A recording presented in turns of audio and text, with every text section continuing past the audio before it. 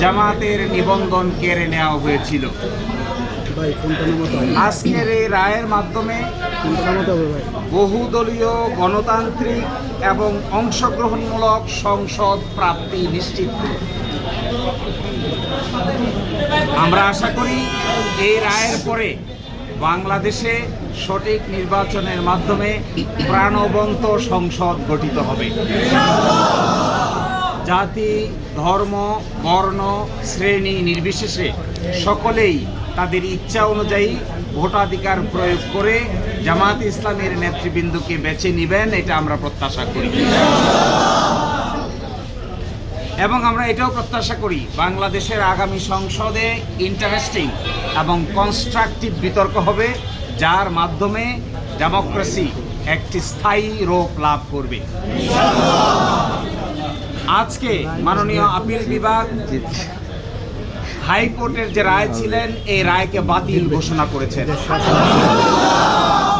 এবং ইলেকশন কমিশনকে নির্দেশনা দিয়েছেন বাংলাদেশ জামায়াতে ইসলামীর রেজিস্ট্রেশন এবং অন্য যে সকল ইস্যু ইলেকশন কমিশনের সামনে আছে বা আসবে সেগুলো যেন দ্রুতই নিষ্পত্তি করেন। এর এই মাধ্যমে আজকে বাংলাদেশ জামায়াতে ইসলামী তার নিবন্ধন ফিরে পেল এবং প্রতীকের ব্যাপারটিও ইলেকশন কমিশনের সামনে রেফার করা হলো আদার ইস্যু হিসেবে। এই জন্য আমরা মামলার শর্ট অর্ডার চেয়েছি। আমরা আশা করি আগামীকালকের মধ্যেই মামলার সংক্ষিপ্ত আদেশ আমরা হাতে পাব। এই সংক্ষিপ্ত আদেশ আমরা ইলেকশন কমিশনের কাছে অ্যাপ্রোচ করব। বাকিটা ইলেকশন কমিশন আইন অনুযায়ী অতি দ্রুত জামাতের নিবন্ধন এবং জামাতের প্রতীক বুঝিয়ে দিবেন, এটা আমরা প্রত্যাশা করি।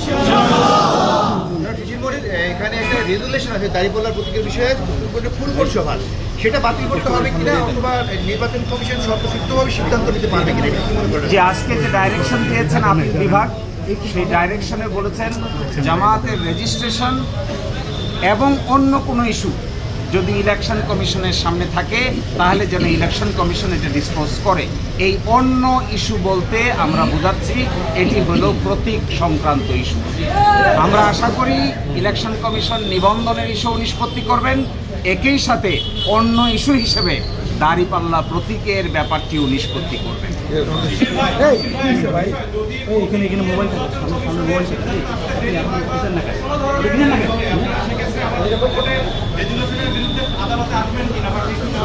আমরা প্রত্যাশা করি বাংলাদেশ সুপ্রিম কোর্টের সর্বোচ্চ আদালতের রায় চূড়ান্ত। কে কবে কখন প্রশাসনিকভাবে সিদ্ধান্ত নিয়েছেন এগুলো বিচারিক কোনো সিদ্ধান্ত নয়।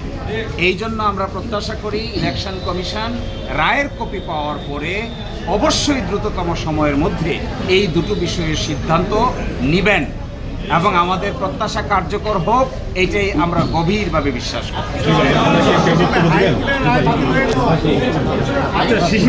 মূল পিটিশনের বাইরে আরেকটা পিটিশন অ্যালাউ করেছেন, সেটা বাইরে আরেকটি পিটিশন যে অ্যালাউ করেছেন এটা ওইটার সঙ্গে কানেক্টেড, ওইটা আজকের কোনো বড় ইস্যু নয়, সেই জন্য এটা এখানে উল্লেখ করা না করার মধ্যে কোনো পার্থক্য নাই। না, এটা জামাত ইসলামের পক্ষ থেকে বিবৃতি দেওয়া হবে সময় মতো। আপাতত এখানে কেউ অ্যাড্রেস করছেন না। আপনাদের সবাইকে অসংখ্য ধন্যবাদ ধৈর্য ধারণ করে এখানে কষ্ট করে সময় দেন। আপনাদেরকে ধন্যবাদ।